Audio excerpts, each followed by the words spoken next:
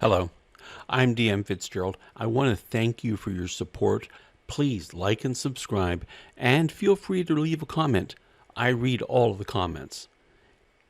And now, let's get on with the show.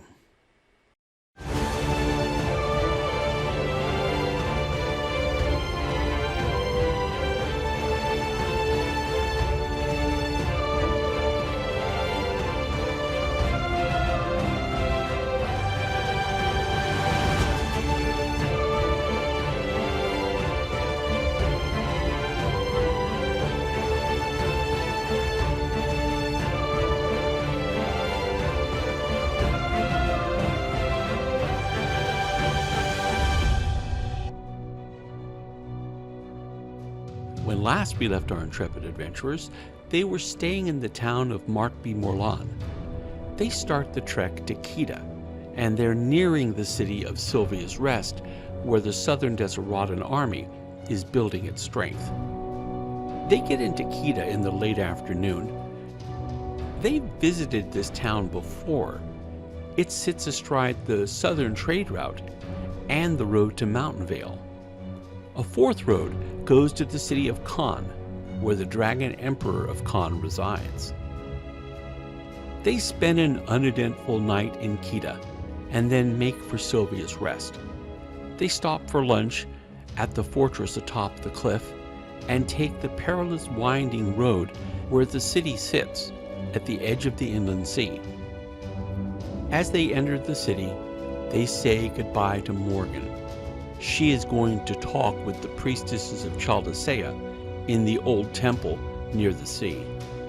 Marcus escorts her and then goes to plant flowers at the grave of his wife.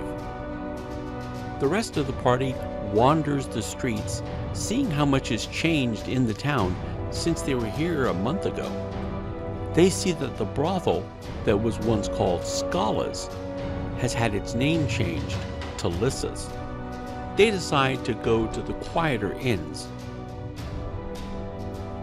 Scala finds out that Madrigar has moved to Sylvia's Rest, and she sends a note to him telling him of her arrival, and she seeks an audience with him as soon as possible. Akai asks her to see if she can go see him as well. They purchase separate rooms at the inn and call it a night. Finn, Seraph, and Robin eventually leave the small inn and head over to Lissa's. It's not as gaudy and over the top as they expected. However, it's really close. Lissa comes over and chats with them. She asks about Scala's health and if Finn would like to perform. The bard grins and makes a beeline towards the stage.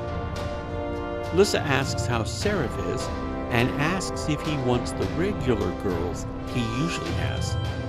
He demurs. Robin chides him, saying that she knows he had a life before her and he shouldn't be embarrassed. Seraph tells Lissa that they will take a room, but they're in no need of company. They go up to the room and strip off their clothes for bed. Seraph is asleep before his head hits the pillow. Robin looks around the room and smiles at all of his things. She plants a kiss on his cheek and puts a gold envelope on the bed next to him. Naked, she walks to the window that overlooks the courtyard. In a brothel, no one is surprised to see a naked woman looking out of a window. She opens the window, spreads her arms, and transforms to a small bird, and then flies off to the north. At the temple, Morgan convenes a meeting of the remaining priests and priestesses of Chaldasea. They meet at the bottom of the hill because the temple on the hill is still being constructed. She lays out to the other members of the clergy what she saw, and she invites the others to come up with ideas. The ideas are few and mostly impractical. Morgan admits that she has no better ideas. They all decide to hold a mass and pray for guidance. Outside in the evening, Marcus is praying over the grave of his wife. He knows that she's gone to Chaldite heaven, but he misses her and needs to grieve. He hears the sound of footsteps behind him, and then the sound of a sword being drawn. He barely gets out of the way by rolling to the left. Marcus pulls out his sword and gets ready to parry and then attack, and then he sees who just tried to murder him. And it now makes sense.